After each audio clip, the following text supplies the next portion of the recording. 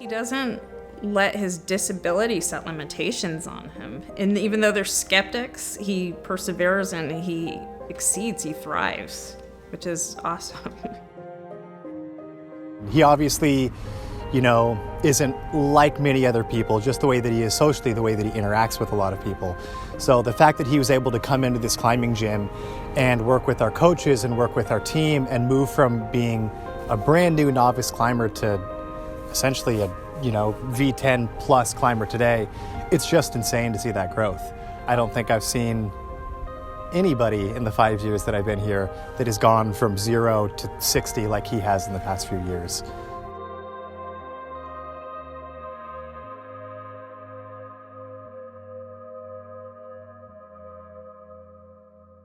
Joshua was born in Washington State, 2000, and he was a very friendly, outgoing baby.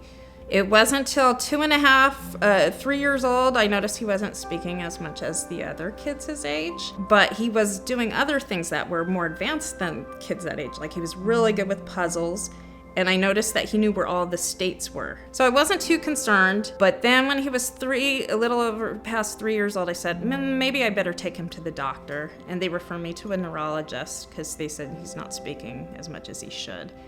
The neurologist diagnosed him with autism, and it was devastating because we didn't know what the future was going to hold for him.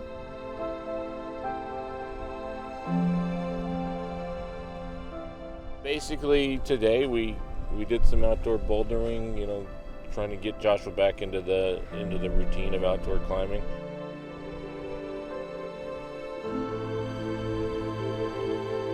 Outdoor, I think, is just more recreational. It's for fun. But what I did notice is when he started doing more outdoor climbing, he became much better at indoor climbing.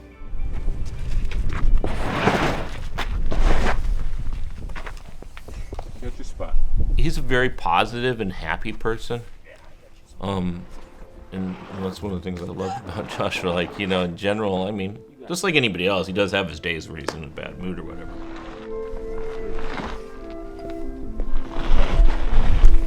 Big move. Go get it. Ah! Oh, so close, Josh. I'm a jerk. That was so close, dude. I think you're gonna get on the next one, okay? Let's take a break.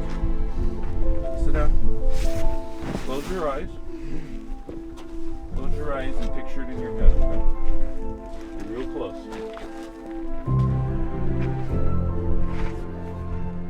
Initially, I had Josh in, because my background's in wrestling and judo and jiu-jitsu, so obviously I had him doing that. I should have seen the signs.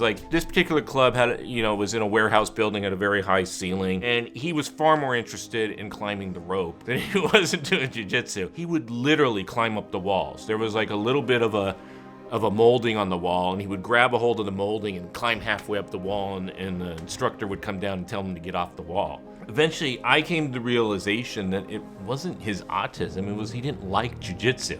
Don't make assumptions about, if Joshua is struggling with something, don't just assume it's just because of his autism. I'm afraid of it. Well, that's not good.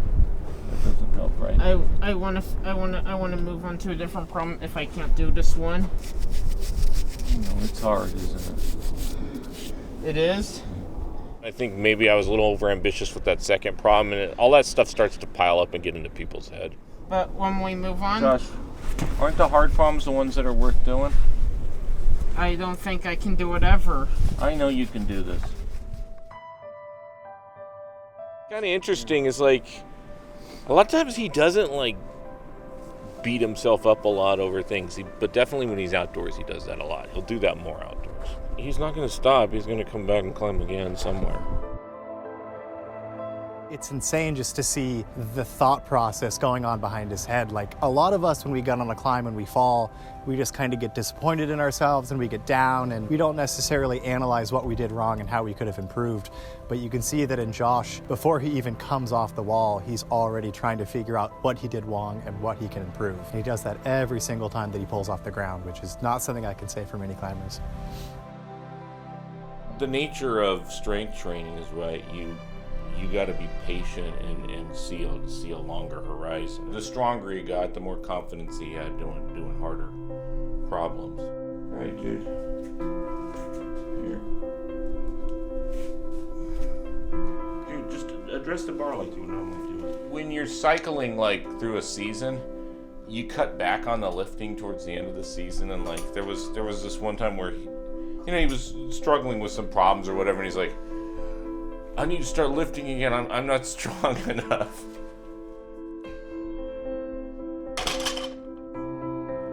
It used to be, I would tell him, today's your lifting day, and I'd bring him out here and lift, and it did progress to a point where he knew what days were lifting days, and he came out and did it on his own.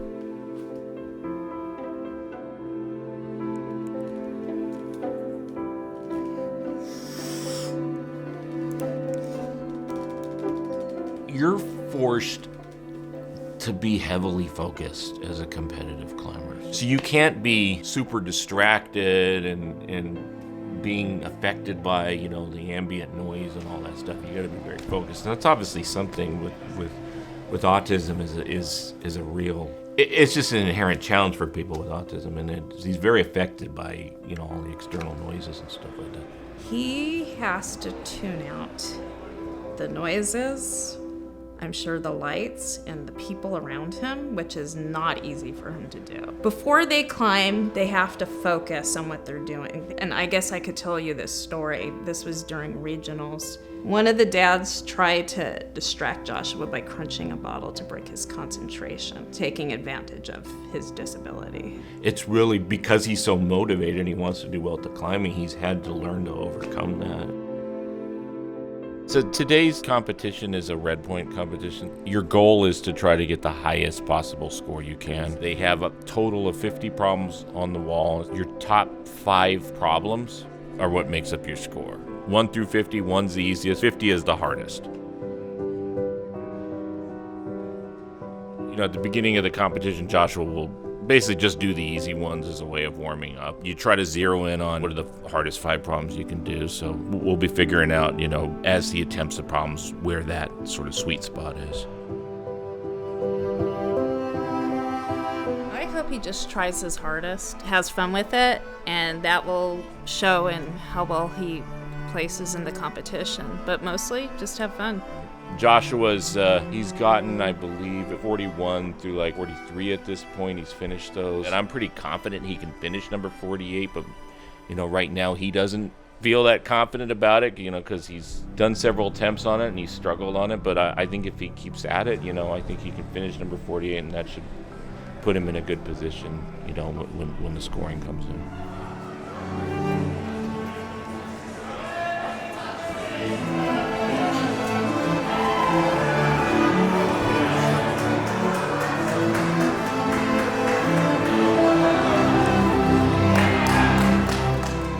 Was confident that Joshua could do number 48. He just had to get to the point where he believed he could do it. I think he finally overcame that sort of mental obstacle he was having, and he just went out there and tried his hardest, and he was able to finish it. So I'm really proud of him. Last but not least, the advanced category. For men, in 3rd place we have Ricky McFerrin. 2nd place, Josh Golden. Came in 2nd place, he persevered, and I'm really proud of him. Yeah, Joshua did really well today. Honestly, he was only 1 point out of 1st, so really this is a good day for him, and he put in his best effort, and that's all you can really ask at the end of the day.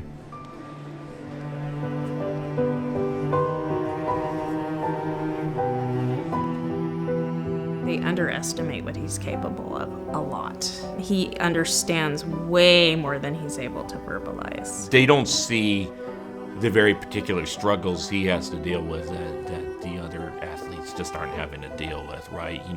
The constant trying to filter out all the distraction, all of the noise in his head. It'd be nice if people could get more educated about autism.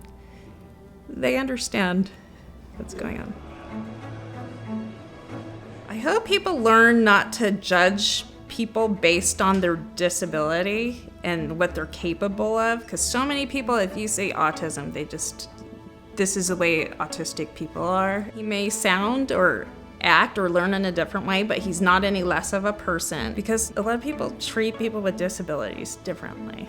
They're not given very much respect and very discriminated against because they can't always defend themselves. So I think it's our job to, if they don't have a voice, for everyone else to speak up on their behalf. He inspires me to not give up, no matter what life throws at you, you got to keep going and do your best. And you could even thrive,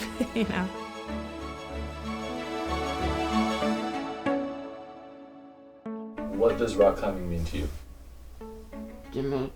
It motivates me because Mama and Papa believe in me.